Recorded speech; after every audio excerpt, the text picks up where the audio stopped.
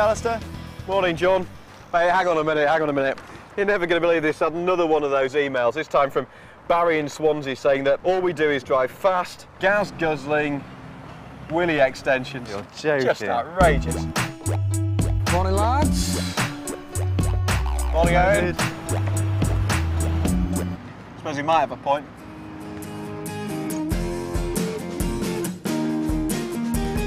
Well, our mate Barry reckons you can get a reliable motor for the price of a dirty weekend.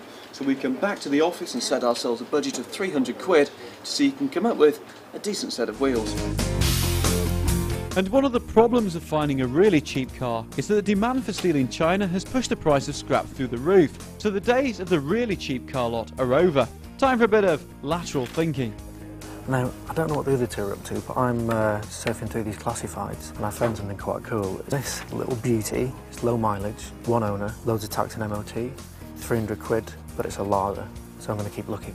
My advice would be to go online. You should stick to brands that are still knocking around today, so parts won't be a problem. Then you should try and find something Japanese, so reliability isn't an issue. And be wary of schemers. Remember, if a deal sounds too good to be true, it generally is.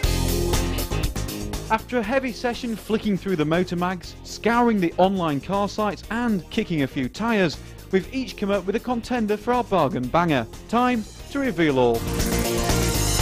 Here are our chariots of choice, but Owen, you seem to have nicked yours from your grandma. What are you talking about? This is a 1994 Rover 220 GSI, 143 horsepower. I've got myself a little bargain here. So go on then, how much do you pay for it? 75 quid. Oh, behave. Seriously, 75 quid. John, that's just rubbish. Well, no, it's not. The task was to find a car for 300 quid, and I was going to make sure that whatever car I bought was going to be no additional cost to it, which is why I've gone for a bulletproof Nissan Sunny. It's got 92,000 miles on the clock, it's got a ticket till September, and it only cost me 200 quid. 200 notes, you were robbed, mate. And what's with these tray chips on the dashboard? Oh, the bloke who bought it off, he threw in a fish and chip dinner for That's nice of him. Yeah, but at least I've not had to hide my car under a cover. Come on, I'm let's have a look. I'm just teasing you, gents. I've won. What is that?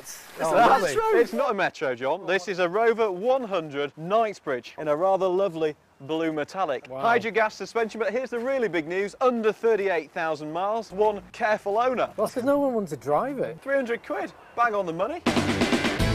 All of the cars are taxed, MOT'd and ready to hit the road. But which one should we go for? Time to bring in some expert advice in the form of Ron Waldock, RAC Vehicle Inspection Engineer.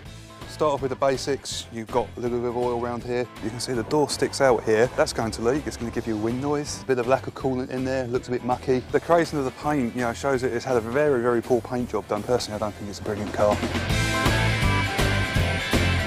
We've got no water in it. Look in there, there's nothing. There hasn't been anything in since about 84. If you look down here, you can see daylight between the bumper and the headlight. The bumper's hanging off down here. Looks a bit grubby underneath. Personally, I don't think it has been looked after. No, Ron, I'm no mechanic, but I reckon that sounds quite sweet. What do you think? It's not too bad. It's got a little bit of an exhaust blow, as you can probably hear. It has overheated at some stage, although I've just checked there is plenty of coolant in there. It might have just been that the fan wasn't cutting in. Hopefully, fingers crossed, it's not affected the head gasket though, has it? No, I don't believe so. Well, I've had a good look around the suspension and steering. Everything appears to be fine. Excellent. One thing which I have found, which is quite a common fault on this particular model, is the lower suspension arm, the roll bar bush, has been replaced. Brilliant. That really would have probably cost more than what you paid for the vehicle. So Really? I think you've got yourself a nice little bargain there. And again, it shows that the vehicle has been well cared for. Fantastic. After Ron had finished inspecting our cars and delivered a few home truths, he gave us his verdict. Personally, if I was you, I'd go for the Rover 220. Quids in all rounds. Better value for money, a few more goodies. But it is overheating, Ron. I don't think that's a problem. It's quite easily rectified, and I think you should be able to do that on your budget easily, especially how much you paid for it. Absolutely, that means I win. Get in. Well, let's hope the overheating problem doesn't leave us stranded on our next challenge, which is to take our car on the original endurance run from London to Brighton. I got bacon, egg sarnies all around. Oh, great stuff. You know, we thought that it might have a bit of an overheating problem. Yes. There's no water in the header tank. Excellent. You're joking. Did we make it? Find out in the next instalment, here on Sky Motoring.